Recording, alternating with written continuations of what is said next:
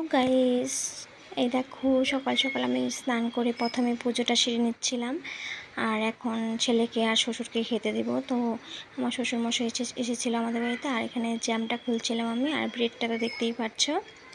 আর আমি চাও করে নিব, তার সঙ্গে দুধ গরম করে নিয়েছি ছেলের জন্য। আর এখানে ব্রেডের ভিতরে একটু জ্যাম লাগিয়েছিলাম। তো এইসব দিব, আমার ছেলে আর শ্বশুর খাবে। তারপর আমি মাছ রান্না করব। তো এই দেখো বড় মাছ নিয়ে এসেছিলো। আর এখানে আমি পটল এই দেখো কেটে নিয়েছিলাম, আর আলু সেদ্ধ করে পটল ভেজে নিয়েছিলাম। তারপর মাছটাও ধুয়ে ভেজে নিয়েছিলাম। তার মধ্যে আমি ভাজতে ভাজতে আরেকটা কাজ করছিলাম, জিরা ধনিয়া লঙ্কা আমি মিক্সিতে একটু পেস্ট করে নিচ্ছিলাম।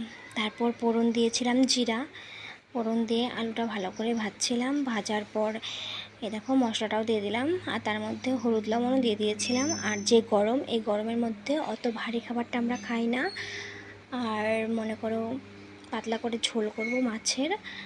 আর ভালো করে কষিয়ে এই ভাজি পটলগুলো দিচ্ছিলাম। তারপর আমি একটু নর্মাল জল দিব, তারপর একটু ফোটানো গরম জল দিব ঝোলের জন্য। তো ভালো করে কষে আসলো। এই দেখো সুন্দর করে কষাতে হবে, আঁচটা একটু কমিয়ে দিয়ে। আর তারপর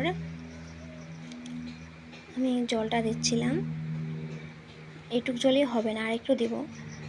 তো সেটাও দিয়ে দেবো। এই দেখো ঝোলের জন্য জল দিয়ে দিচ্ছি।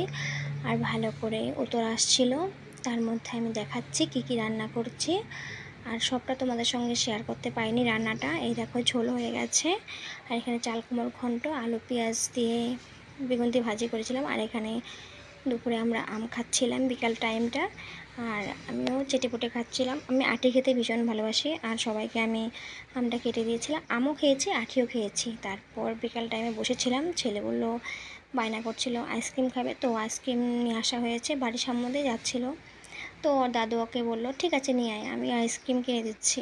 এই দেখো স্ট্রবেরি দেওয়া আইসক্রিম খাচ্ছিল, খুব খুশি। গরমের মধ্যে কে না ভালোবাসে আইসক্রিম খেতে। তারপর সন্ধ্যা লেগে গেল, শ্বশুরের মশার জন্য আর ছেলের জন্য খাবার নিয়ে এসেছি। আর ক্যালগস দিয়ে দিচ্ছিলাম দুধের মধ্যে ছেলেকে, আর শ্বশুরের জন্য চা আর বিস্কিট নিয়ে এসেছিলাম। এর মধ্যে আমার বর নিয়ে আসলো মোমো। তো মোমো দিচ্ছিলাম। এই যে আমার শ্বশুরমশাই খাচ্ছিল নিচে বসে, গরমের মধ্যে আমার ছেলেও নিচে বসে খাচ্ছিল। তো বাই।